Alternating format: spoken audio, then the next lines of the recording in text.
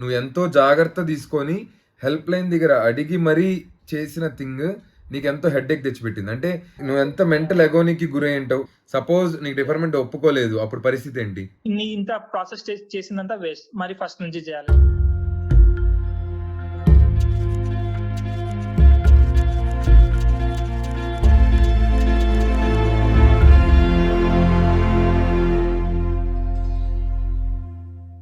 Hi friends, myself Ahmad Sharif, education mentor, student life coach and career counselor, and this video is brought to you by It's My Masters Redefining Careers. ఇవాళ మనతో మన client Vamshidhar from Bengaluru ఉన్నారు. Especially విజాలో చాలా suffer అయ్యి ఒక సొల్యూషన్కి అయితే arrive అయ్యాము. So Vamshidhar personal experience ఈ వీడియోలో షేర్ చేస్తారు. Hi Vamshidhar, introduce your self and you can start the video.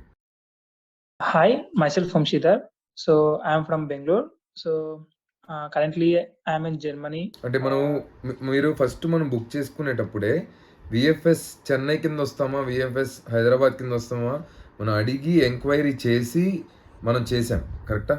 Yes brother. మీరు ఏ రీజియన్ కింద వస్తారు? నేను చదివిన కాలేజ్ వచ్చేసి బెంగళూరు. అండ్ మోర్ ఓవర్ నేను వీసా అప్లై చేసేటప్పుడు నేను జాబ్ చేసేవాడిని. సో నాకు అప్పుడు నా కరెంట్ కంపెనీ కూడా బెంగళూరులో ఉండేది. సో యాక్చువల్లీ నేను అప్లై చేయకముందు విఎఫ్ఎస్ కి ఫోన్ చేసి అడిగా to which category I belongs to. So వాళ్ళు ఏమన్నారంటే ఫిజికల్ గా మనం 6 months ఎక్కడ ఉన్నామో ఆ కేటగిరీ కిందికి available. So due to lockdown and work from home నేను 2 years ఏపీలో ఉన్నా. సో దీన్ని అడిగితే అప్పుడు వాళ్ళు నువ్వు చెన్నై కేటగిరీ కిందికి వస్తావు అని వాళ్ళు కన్ఫర్మేషన్ ఇచ్చాకే నేను హైదరాబాద్ కి అప్లై చేశా. సో వేసిన తర్వాత ఇష్యూ ఎలా స్టార్ట్ అయింది, ఎన్ని స్టేజెస్ లో ఆ ఇష్యూ వెళ్ళింది? యాక్చువల్లీ వాళ్ళు ఏమన్నారంటే నేను అప్లై చేసిన 2 days తర్వాత నాకు కన్ఫర్మేషన్ వచ్చింది documents have been reached to Chennai అని. సో వాళ్ళు నాకు 10 days తర్వాత కాల్ చేశారు. So your visa has been rejected, you come and take అని. అండ్ నేను అడిగాను what is the reason behind this. So వాళ్ళు ఏమన్నారంటే your bachelor degree is in Bangalore and current company is in Bangalore, so you won't come under this section. So నేను అప్పుడు వాళ్ళకి చెప్పాను sir నేను అప్లై చేయక ముందే నేను విఎఫ్ఎస్ హెల్ప్ లైన్ తోనే అడిగాను. సో వాళ్ళు ఓకే అన్న తర్వాతనే నేను ప్రొసీడ్ అయ్యాను. So all of a sudden ఇప్పుడు అడిగితే ఎలా అంటే, సో వాళ్ళు లేదు అంటే నేను కొంచెం ఆర్గ్యూ చేశాను. I have the proofs, I have the proofs. VFS help line ఇచ్చినప్పుడు ఇంకా వాళ్ళ నమ్మే మేము జాయిన్ చేసామన్న తర్వాత వాళ్ళు ఓకే నేను సిన్స్ ఏపీలో ఉన్నట్టు ప్రూఫ్ ఏమి అని వాళ్ళు అడిగారు. మీకు రిజెక్టెడ్ అని వచ్చిందా, రీసబ్మిట్ న్యూ అప్లికేషన్ అని వచ్చిందా? నాకంటూ ఏం ఒక మెయిల్ అంటూ ఏం రాలేదు. సో డైరెక్ట్ గా బిఎఫ్ఎస్ ఎంబసీ నుంచి ఒక పర్సన్ కాల్ చేశారు. సో అతనితో కన్వర్జేషన్ జరిగింది. సో నాకంటూ అఫీషియల్ గా ఒక మెయిల్ అంటూ ఏం రాలేదు, mail or physical any message anything ఏం రాలేదు. కాల్ చేసి నీది ప్రాసెస్ అవ్వదు అని చెప్పారు అంతే. సో ప్రాసెస్ అవ్వదు, వచ్చి డాక్యుమెంట్స్ ని కలెక్ట్ చేసుకోండి అన్నారు. సో నెక్స్ట్ స్టెప్స్ ఎంత సఫరింగ్ తో మనం ఎంత టైం పట్టింది? ఎందుకంటే స్టూడెంట్స్ అందరికి ఇప్పుడు చెప్తుంటే, ఫర్ ఎగ్జాంపుల్ 6 months ప్రూఫ్ ఎక్కడున్నారో అక్కడ మ్యాండేటరీగా బుక్ చేయండి అంటే, ఫర్ ఎగ్జాంపుల్ డిగ్రీ అయిపోతుంది, కొంతమంది నాకు నియరెస్ట్ బెంగళూరు, నాకు నియరెస్ట్ హైదరాబాదు కాబట్టి మార్చి బుక్ చేసుకోవడం వల్ల ఎంత సఫర్ అవుతారు అనేది నీ ఎక్స్పీరియన్స్ అందరికీ ఖచ్చితంగా యూజ్ అవుతుంది. ఎందుకు? నువ్వు ఎంతో జాగ్రత్త తీసుకొని హెల్ప్ లైన్ దగ్గర అడిగి మరీ చేసిన థింగ్ నీకు ఎంతో హెడ్ఏక్ తెచ్చిపెట్టింది. అంటే ఎన్ని ప్రికాషన్స్ తీసుకున్నా హెడ్ఏక్ వచ్చింది. ప్రికాషన్స్ తీసుకొని స్టూడెంట్కి ఇది ఒక మంచి లెసన్ కింద కూడా ఉంటుంది. అంటే ప్రికాషన్ తీసుకున్న వాళ్ళకే ఇంత ఇబ్బంది అయితే తీసుకోని వాళ్ళకి ఇంకెంత ఇబ్బంది అవుతుందని. అది కరెక్ట్. ఎందుకంటే ఇప్పుడు నాకు ఇవన్నీ ప్రికాషన్స్ తీసుకున్నా కాబట్టి నీకు అతను కాల్ చేసేప్పుడు ఆర్గ్యూ చేసేకి వచ్చింది విఎఫ్ఎస్ నుంచి నేను కాల్ చేశాను అని. సో నేను అఫీషియల్ గా ఆన్లైన్ లో కొంతమందిని మీట్ అయ్యాను. సో వాళ్ళు ఇట్లాంటి ప్రికాషన్స్ ఏం తీసుకోలేదు. సో వాళ్ళు ఈ ఇష్యూ ఫేస్ అయ్యారు. సో వాళ్ళు వెంటనే కాల్ చేసి చెప్పిన వెంటనే ఆ పర్సన్ ఏం చేశారంటే విఎఫ్ఎస్ కి వెళ్ళి తన డాక్యుమెంట్స్ తీసుకున్నారు. సో వన్స్ విఎఫ్ఎస్ కి వెళ్ళి మీ డాక్యుమెంట్స్ కలెక్ట్ చేసుకున్నారు అనుకో ఇంకా ఏం చేసేకి రాదు. సో మరి ఫస్ట్ నుంచి చేయాలి ప్రాసెస్. సో జస్ట్ బికాస్ మనం అన్ని స్టెప్స్ అనే ప్రికాషన్స్ తీసుకొని అన్ని కరెక్ట్ వేలో చేసినందుకు సో ఆర్గ్యూ చేసే మన ఒక పాయింట్ అనేది ఉంది. సో ఆ తర్వాత వాళ్ళకి డాక్యుమెంట్ సబ్మిట్ చేయండి అన్నారు. అండ్ సెకండ్ రీజన్ వాళ్ళు ఏమన్నా, నేను అడిగాను నేను అప్లై చేసి డాక్యుమెంట్స్ చెన్నైకి వచ్చిన 10 days కి మీరు ఎందుకు కాల్ చేశారు అంటే వాళ్ళు ఇర్రెస్పాన్సిబుల్ గా లైక్ మేము కాల్ చేసాము సిగ్నల్ తగలలేదు అని వాళ్ళు చెప్పారు. సో మనకంటూ like we can't argue more on that. Like మనకంటూ ఆప్షన్స్ ఏమి ఉండవు. అవును, ఎందుకంటే వాళ్ళ అథారిటీ కాబట్టి ఇంకా మనం చెప్పడానికి ఏముండదు. కానీ ఇప్పుడు ఫస్ట్ ఆగిపోయింది. నేను ఎవ్రీ కాల్ రికార్డ్ చేసుకోండి, ఎందుకంటే ఇది రేపు ప్రాబ్లం అయినప్పుడు ఆ కాల్ రికార్డింగ్ ప్రూఫ్స్తో మనం లీగల్గా ఫైట్ చేయడానికి ఉంటుంది. కాబట్టి ప్రతి కాల్ రికార్డింగ్ చేసుకున్నాం. తర్వాత స్టేజెస్ ఆఫ్ మెయిల్స్ ఎంత టైం పట్టింది, వాళ్ళు కన్విన్స్ అయ్యి తర్వాత నెక్స్ట్ ఎక్స్ట్రా డాక్యుమెంట్ ఒకటి అడిగారు. ఇక జర్నీ ఉంది కదా, మీ జర్నీ అంతా. సో ఇనిషియలీ వాళ్ళు ఏమన్నారంటే లైక్ ఆ పర్సన్ అలా కాల్ చేసి పెట్టేశాక నేను ఒక మిస్టేక్ ఏం చేశాను, నేను రికార్డింగ్ చేయలేదు. సో నేను అనుకోలేదు ఇలా అవుతుంది అని. సో మరి అతని పర్సన్ కి కాల్ బ్యాక్ చేసి యూజువల్లీ వాళ్ళు కాల్ బ్యాక్ చేసి లిఫ్ట్ చేయరు. సో నేను ఇమీడియట్లీ విత్ ఇన్ మినిట్స్ చేశా కాబట్టి లిఫ్ట్ చేశారు. నాకు కావాల్సిన ఇన్ఫర్మేషన్ అతని ద్వారా రికార్డింగ్ చేసుకొని ప్లస్ మోర్ స్పెసిఫిక్ అడిగా లైక్ మోర్ స్పెసిఫిక్ ప్రూఫ్ ఏం కావాలి అని. సో ద పర్సన్ అతను మాట్లాడిన అతనికంటూ ఒక క్లారిటీ లేదు ఏం కావాలి అని. ఈ just asking a proof.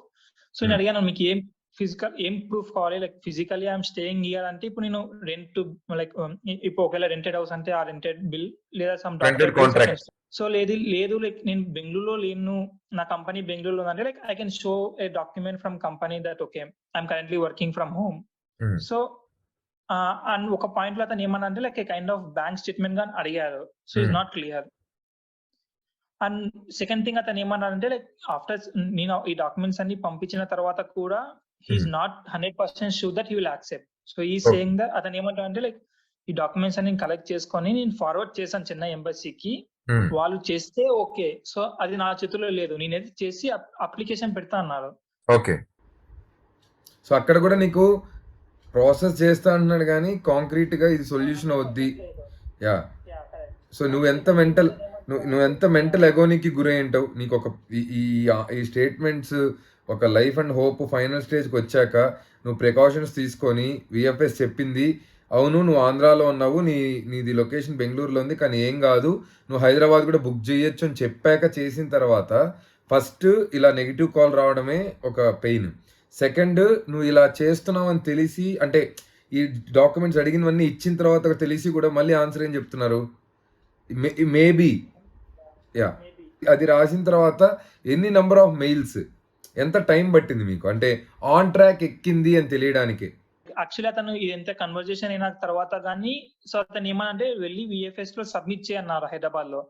So నాకంటూ ఫస్ట్ ఆఫ్ ఆల్ లైక్ నాకంటూ అఫీషియల్ ఈమెయిల్ ఆర్ మెసేజ్ రాలేదు. సో నేను how do I trust that person. So second thing even ఇప్పుడు విఎఫ్ఎస్ హైదరాబాద్ పోయినా మనకి డైరెక్ట్ గా ఎంట్రీ చేయరు వాళ్ళు. So unless we have thing. So ఇప్పుడు నాకంటూ ఒక అఫీషియల్ గా ప్రూఫ్ లేనప్పుడు విఎఫ్ఎస్ హైదరాబాద్ వెళ్ళి ఏం మాట్లాడాలంటూ లేదు. సో నేను ఏం చేశాను అంటే లైక్ ఇమ్మీడియట్ గా ఫస్ట్ విఎఫ్ఎస్ హెల్ప్ లైన్ కి మెయిల్ పెట్టా.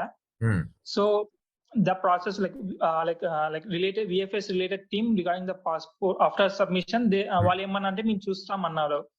సో అట్ ద ఎండ్ అది there is no like proper issue like again it's coming like again మరి it coming into a loop only like. So వాళ్ళు ఏమంటారు అంటే like మేము చూస్తాము అని అగైన్ అది ఎంబసీకే పోతుంది మరి మెయిల్. సో దీనికంటూ ప్రాసెస్ ఒక 2 days పట్టింది. సో నా బ్యాడ్ లక్ ఏమంటే ఈ ప్రాసెస్ అయ్యే లోపల నాకు 4 days పబ్లిక్ కాల్స్ వచ్చారు లైన్ గా. సో నాకంటూ 1 week టైం అయిపోయింది. సో నాకు కాల్ చేసిన అతను ఏమన్నాడంటే లైక్ ఇమీడియట్ గా వెళ్తేనే నీ కరెంట్లీ నా డాక్యుమెంట్స్ ఆ టైంలో చెన్నైలో ఉన్నాయన్నారు. సో హైదరాబాద్ కి రిటర్న్ చేయలేదు ఇంకా. సో లేట్ అయ్యే కొద్దీ వాళ్ళు రిటర్న్ చేస్తా అని అతను పెట్టారు ఆ person. And more over person చేసిన తన ఇన్ఫర్మేషన్ అంటే నాకేం తెలియదు లైక్ నేమ్ ఆర్ ఎనీథింగ్. అతని డీటెయిల్స్ కూడా చెప్పట్లేదు. సో ఇప్పుడు నేను ఈ పబ్లిక్ హాలిడేస్ వల్ల నేను ఇంకో ప్రెజర్ ఏమంటే ఒకవేళ డాక్యుమెంట్స్ హైదరాబాద్ కి రిటర్న్ వచ్చాయనుకో అది ఇంకా ఇబ్బంది మరి. సో నేను అప్పుడు మెయిల్స్ అంటూ జరిగేది ఏం కానప్పుడు లైక్ నేను ఆన్లైన్ లో ఇట్లాంటి ఇష్యూ కొంతమంది ఫేస్ అయ్యారన్నారు. సో వాళ్ళకి అడిగితే వాళ్ళ విఎఫ్ఎస్ హైదరాబాద్ కి వెళ్ళొచ్చు, అక్కడ వాళ్ళని ఎంక్వైరీతో మాట్లాడితే వాళ్ళు ఓకే అంటారు అంటే. సో అప్పుడు నేను హైదరాబాద్ కి వెళ్ళి రిక్వైర్డ్ డాక్యుమెంట్ సబ్మిట్ చేశా. Work experience and bank account ఆ 2 డాక్యుమెంట్స్ సబ్మిట్ చేశా. సో ఈ ప్రాసెస్ అది ప్యారల్ గా జరుగుతున్నా గానీ నేను మెయిల్ పెట్టా లైక్ యాక్చువల్లీ లైక్ మనకంటూ ఏం అప్డేట్ రాదు. So to get the update like నేను వాళ్ళని కంటిన్యూస్ గా మినిమం లైక్ 3 weeks పట్టింది వాళ్ళ నుంచి లైక్ ఓకే అని.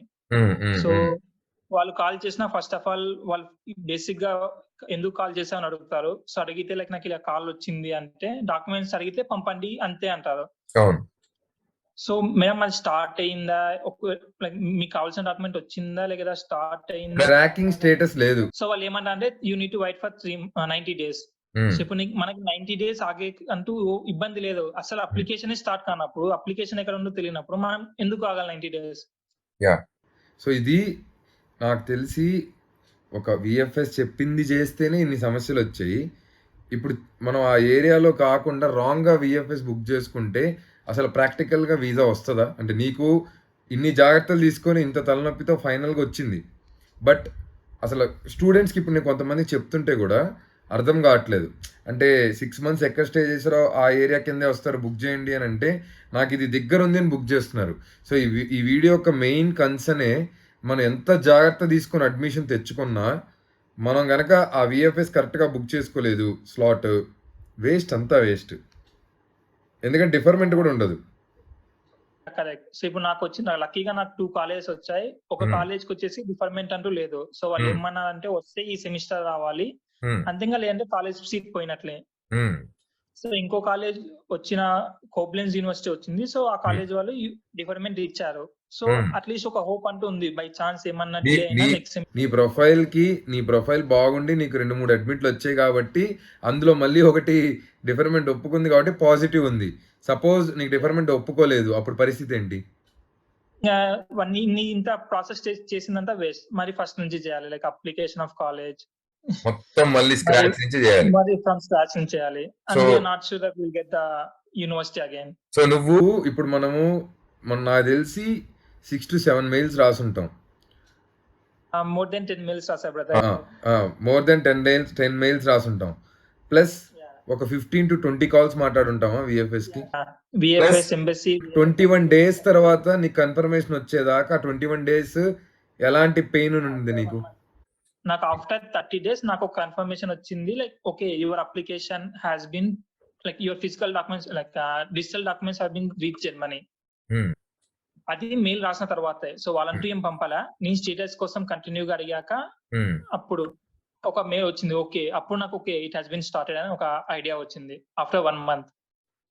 నీకు ఆ 1 month దాకా అసలు మన డాక్యుమెంట్ నిజంగా వెళ్ళాయా లేదా ట్రాకింగ్ ఏమీ లేదు. ఏం లేదు కదా, లైక్ వాళ్ళకి ఇంకా కాల్ చేసే కొద్దీ వాళ్ళు ఇంకా విసుక్కుంటారు, లైక్ వాళ్ళు తిడతారు, అసలు మేమేం చెప్పామండి అంటారు. ఇంకో సిచ్యువేషన్ ఏంటంటే విఎఫ్ఎస్ పార్టీస్ ఉంటాయి కదా, అవి థర్డ్ పార్టీస్ కాల్ సెంటర్స్ ఉంటాయి. వాళ్ళకి స్టాండర్డ్ రిప్లైసే ఉంటాయి తప్పితే ప్రాబ్లమ్ కి సొల్యూషన్స్ వాళ్ళ దగ్గర అసలు ఉండవు. Correct brother. సో ఈ 30 days ఉంది చూసావా, నీకు ఆ మెయిల్ రాకముందంత వరకు అసలు నేను వెళ్తానా అన్న ఒక పెద్ద క్వశ్చన్ మార్క్ అయిందా? Correct brother. లైక్ ఎందుకంటే నేను కొన్ని కేసెస్ చూస్తా, అవి ఇప్పుడు వీసా లేట్ వచ్చినా గానీ నాకు వేస్ట్, నాకు యూజ్ లేదు. సో నా కాలేజ్ వచ్చేసి వాళ్ళు 16th లోపల జర్మనీలో ఉండాలి అన్నాయి. సో నాకు అంటూ కాలేజ్ తరఫున మెయిల్ వస్తుంది, లైక్ నీ flight tickets and everything share చేయని. సో నాకు ఇక్కడ వీసానే రాలేదు. సో వాళ్ళు కాలేజ్ వాళ్ళు ఏమంటారు అంటే నీకు వీసా రాకుంటే we'll extend to summer semester వాళ్ళు ప్రెజర్ చేస్తున్నారు. సో ఈ సీట్ అంటూ వేరే వాళ్ళకి ఇస్తామని. సో ఇప్పుడు నేను అప్పుడు జాబ్ కానీ రిజైన్ చేసా. సో మంచి జాబ్ వదిలేసి మాస్టర్స్ అన్ని అయిపోయినాయని చెప్పి వచ్చాక ఇప్పుడు సడన్ గా వీసా వల్ల 1 month ఫుల్ హారిబుల్. అవును. సో ఈ ఎక్స్పీరియన్స్ నుంచి కొత్తగా అప్లై చేసే వాళ్ళకి వీసా గురించి నువ్వు చెప్పే సజెషన్ నీ నోటి ద్వారా వింటే నీకన్నా బెస్ట్. అంటే ఇప్పుడు వీసాలో దీనికన్నా క్రిటికల్ సిచ్యువేషన్ నాకు తెలిసి నేను చూడలేదు ఈ 6 yearsలో. ఇది చాలా అంటే ఎంతో జాగ్రత్త తీసుకొని క్రిటికల్ సిచ్యువేషన్లోకి వెళ్ళింది ఇది. జస్ట్ 1 week ముందు వీసా వచ్చింది నాకు. సో నీ సజెషన్ ఏముంటుంది? సజెషన్స్ వచ్చేసి like follow the rules. And నా ఎక్స్పీరియన్స్ వల్ల నేను ఏమంటా అంటే like it's better to call VFS centre, have a recording for your proof.